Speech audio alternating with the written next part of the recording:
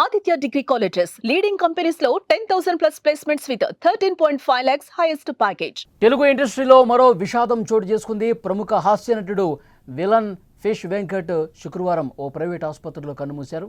గత ఆదివారం దిగ్గజ నటుడు కోట శ్రీనివాసరావు మరుసటి రోజు అందాల నటి పద్మశ్రీ పద్మభూషణ్ గ్రహీత సరోజాదేవి కన్నుమూశారు.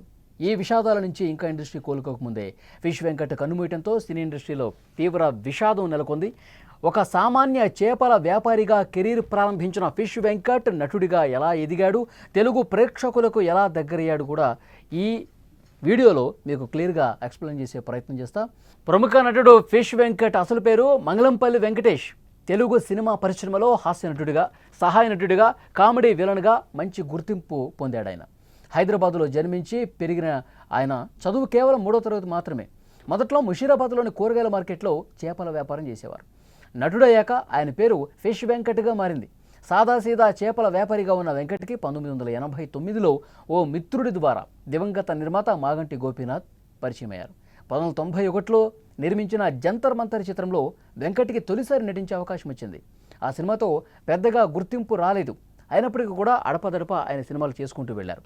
2000 సంవత్సరంలో సమ్మక్క సారక్క సినిమాలో నటించాడు. వివి వినాయక్ దర్శకత్వంలో ఎన్టీఆర్ నటించిన ఆది సినిమాలో తొడగొట్టు చిన్న అనే డైలాగ్ ఫిష్ వెంకట్కి మంచి పేరు తీసుకొచ్చింది. ఆ తర్వాత వరుసగా ఛాన్సులు రావడంతో బిజీ నటుడిగా మారారు ఆయన. ఖుషి, దిల్, బన్నీ, గబ్బర్ సింగ్, అత్తారింటికి దారేది, డీజేటీలు వంటి బ్లాక్ బస్టర్ సినిమాలతో 100కు పైగా యాక్ట్ చేశారు సినిమాల్లో ఆయన. ఫిష్ వెంకట్ తనదైన కామెడీ మేనరిజం, తెలంగాణ యాసతో ప్రేక్షకులకు బాగా దగ్గరయ్యాడు. తాను ఈ స్థాయిలో ఉన్నానంటే దివంగత నటుడు రియల్ స్టార్ శ్రీహరి అని చాలా ఇంటర్వ్యూల్లో కూడా ఆయన చెప్పినటువంటి పరిస్థితి ఉంది. ఇక ఫిష్ వెంకట్కి భార్య, 3 కొడుకులు, 1 కూతురు ఉన్నారు. అయితే గత కొన్ని సంవత్సరాలుగా ఆయన పలు ఆరోగ్య సమస్యలతో ఇబ్బంది పడుతున్నారు. 4 ఏళ్ల క్రితం కాలికి గాయమైంది. రక్తపోటు, డయాబెటీస్ కూడా ఉండటంతో 2 కిడ్నీలు చెడిపోయాయి. డయాలసిస్ తీసుకుంటూ ఉన్నారు. ఆర్థిక ఇబ్బందుల కారణంగా ఆయన కుటుంబం వైద్య ఖర్చులను భరించలేక దాతల కోసం ఎదురు చూసినటువంటి పరిస్థితి. ఆయన పరిస్థితి అప్పట్లో సుమన్ టీవీ ముందుగా వెలుగులోకి తీసుకొచ్చింది. సినిమా ఇండస్ట్రీలో ఉన్నటువంటి చాలామంది పెద్దలు, అభిమానులు స్పందించారు కూడా. మెగాస్టార్ చిరంజీవి 2 లక్షలు, డిప్యూటీ సీఎం పవన్ కళ్యాణ్ గారు 2 లక్షలు, fishermen corporation chairman Sai Kumar వంటి వారు ఆర్థిక సాయం అందించారు. అయితే ఇంకా ఆర్థిక సాయం బాగా చేసుంటే గనక ఆయన బ్రతికి ఉండేవాళ్ళు. గత వారం క్రితం ఆయన ఆరోగ్య పరిస్థితి పూర్తిగా క్షీణించిందని చెప్పాలి. కుటుంబ సభ్యులు చందానగర్లోని ఒక ప్రైవేట్ ఆసుపత్రిలో జాయిన్ చేయించారు. ఈ క్రమంలో చికిత్స పొందుతూ గత రాత్రి ఆయన చనిపోయారు. ఆయన చివరి చిత్రం నరకాసుర. గత కొంతకాలంగా అనారోగ్యం కారణంగా సినిమా అవకాశాలు పూర్తిగా తగ్గిపోయాయి. ఒక్కటంటే ఒక్క సినిమా కూడా గత 2 సంవత్సరాల్లో చేయని పరిస్థితి. ఫిష్ వెంకట్ తన నటనతో తెలుగు సినీ ప్రేక్షకుల గుండెల్లో చిరస్థాయిగా నిలిచిపోయారు. ఆయన కామెడీ విధానం, విలన్ పక్కన ఉండి ఆయన కామెడీ పండించడం చాలామందిని కూడా ఆయన ఒక మంచి నటుడు అనడంతో పాటు ఒక మంచి కామెడీ, ఆరోగ్యకరమైనటువంటి కామెడీ, తెలంగాణ యాసతో కూడినటువంటి కామెడీ చాలా తక్కువ మంది చేస్తారు. సో ఫిష్ వెంకట్ ఆ అరుదైనటువంటి ఘనతను కూడా సాధించాడు. ఎందుకంటే ఆయనకి చాలామంది అభిమానులు ఉన్నారు. ఆయన కామెడీని బాగా ఎంజాయ్ చేసే అభిమానులు ఉన్నారు. వాళ్ళందరూ కూడా సోషల్ మీడియా వేదికగా పోస్టులు పెడతా ఉన్నారు. సినిమా ఇండస్ట్రీ సరైన విధంగా స్పందించి ఉంటే కనుక, ఫిష్ వెంకట్కి మరింత ఆర్థిక సాయం అందించి ఉంటే కనుక, ఇప్పుడు నేను చెప్పినట్టు చిరంజీవి గారు, పవన్ కళ్యాణ్ గారు, ఆ తర్వాత కొంతమంది దాతలందరూ కూడా స్పందించి వారు సాయం చేశారు.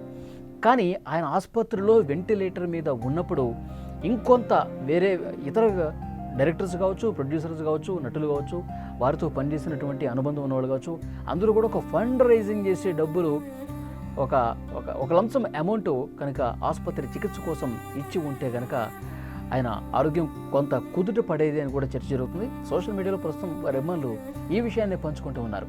ఆయన ఎన్నో గొప్ప సినిమాలు చేశాడు, గొప్పగా కామెడీ పండించాడు, పెద్ద పెద్ద హీరోల పక్కన చేశాడు, పెద్ద పెద్ద డైరెక్టర్లు అవకాశం ఇచ్చారు, ప్రొడ్యూసర్లు అవకాశం ఇచ్చారు. 100 సినిమాలకు పైగా చేసినప్పటికీ కూడా అనారోగ్యం కారణంగా 2 కిడ్నీలు ఫెయిల్ అయిపోయి కనీసం వాటికి చికిత్స చేయించుకోవాలనేటువంటి ఆర్థిక పరిస్థితి కూడా లేకపోవడంతో అందరూ కూడా కన్నీరు మున్నీరుగా విలపిస్తున్న పరిస్థితి. వాళ్ళ ఇంటి దగ్గర పరిస్థితి కూడా ఒక్కసారి మీకు ఎక్స్ప్లెయిన్ చేసే ప్రయత్నం చేస్తాం. వారి కుటుంబ సభ్యులు కావచ్చు, బంధువులు కావచ్చు, ఇప్పటికే ఇంటికి వచ్చి ఉన్నారు. ఫిష్ వెంకట్ భౌతికాయం కూడా ఇంటికి చేరుకుంది. రామ్నగర్లో, హైదరాబాద్లోని రామ్నగర్లో ఆ ప్రాంతంలో అనుబంధం ఉన్న ప్రతి ఒక్కరు కూడా, ఫిష్ వెంకట్తో పరిచయం ఉన్న ప్రతి ఒక్కరు కూడా, పరిచయం ఉన్నా లేకపోయినా ఫిష్ వెంకట్ సినిమాల్లో సుపరిచితుడే కాబట్టి చివరిసారిగా ఫిష్ వెంకట్ని చూద్దామని చెప్పి వస్తున్నారు. ఈ సాయంత్రం ఫిష్ వెంకట్ అంత్యక్రియలు కూడా జరగబోతున్నట్టుగా తెలుస్తుంది. ఫిష్ వెంకట్ బంధువులు అయితే కన్నీళ్లు పెట్టుకుంటున్నారు. ఆసుపత్రిలో సాయం కోసం గత కొన్ని రోజుల పాటు మేము ఎదురు చూసాం కానీ పెద్దగా ఎక్కడ కూడా సాయం ముట్టని పరిస్థితుంది. ఆ కారణంగానే, ఎందుకంటే 2 కిడ్నీలకి వైద్య చికిత్స చేయించుకోలేనటువంటి ఆర్థిక పరిస్థితి లేనటువంటి సిచ్యువేషన్లో మేము ఉన్నాం. సాయం కోసం ఎదురు చూసాము కానీ ఎవరు కూడా పెద్దగా స్పందించలేదు. ఇక ఏమీ చేయలేని నిస్సహాయ స్థితిలో అదేవిధంగా ఆసుపత్రిలో ఉంచాం. ఈరోజు పూర్తిగా మమ్మల్ని వదిలేసి దూరంగా వెళ్ళిపోయాడని చెప్పి వారి కుటుంబ సభ్యులు, వాళ్ళ సొంత చెల్లెళ్ళు, వారి కుమార్తె అందరూ కూడా బాధపడుతున్నటువంటి పరిస్థితి. ఫిష్ వెంకట్ ఇండస్ట్రీలో ఎన్ని మంచి సినిమాలు చేశారో మనం చూసాం. ఆయనకి ఎంత మంచి పేరు సంపాదించుకున్నాడో హాస్యాన్ని పండిస్తూ మనం చూసాం. వారి హాస్యాన్ని చూస్తూ కూడా నవ్వుకుంటూ ఎంజాయ్ చేసినటువంటి సన్నివేశాలు అనేక సినిమాల్లో పెద్ద పెద్ద హీరోలతో పాటు ఉన్నటివి కూడా మనం చూసాం. సో ఆయన కలిసి నటించినటువంటి హీరోలు కూడా ఎవరన్నా ఇంకా ముందుకొచ్చి సాయం చేస్తుంటే బాగుండేదని చెప్పి వారి అభిమానులు ఇప్పుడు సోషల్ మీడియాలో పంచుకుంటూ ఉన్నారు. ఎవరు సాయం చేయలేని వాళ్ళు ఇప్పుడు చనిపోయిన తర్వాత మాట్లాడుతుంటే ఇది అంత బాలేదని కూడా స్పందించేటువంటి అభిమానులు కూడా ఉన్నారు. సో ఏది వినప్పటికీ నష్టం అనేది జరిగిపోయింది. ఆయన ఆరోగ్యం పూర్తిగా క్షీణించింది. రాత్రి కన్నుమూసినటువంటి పరిస్థితి ఉంది.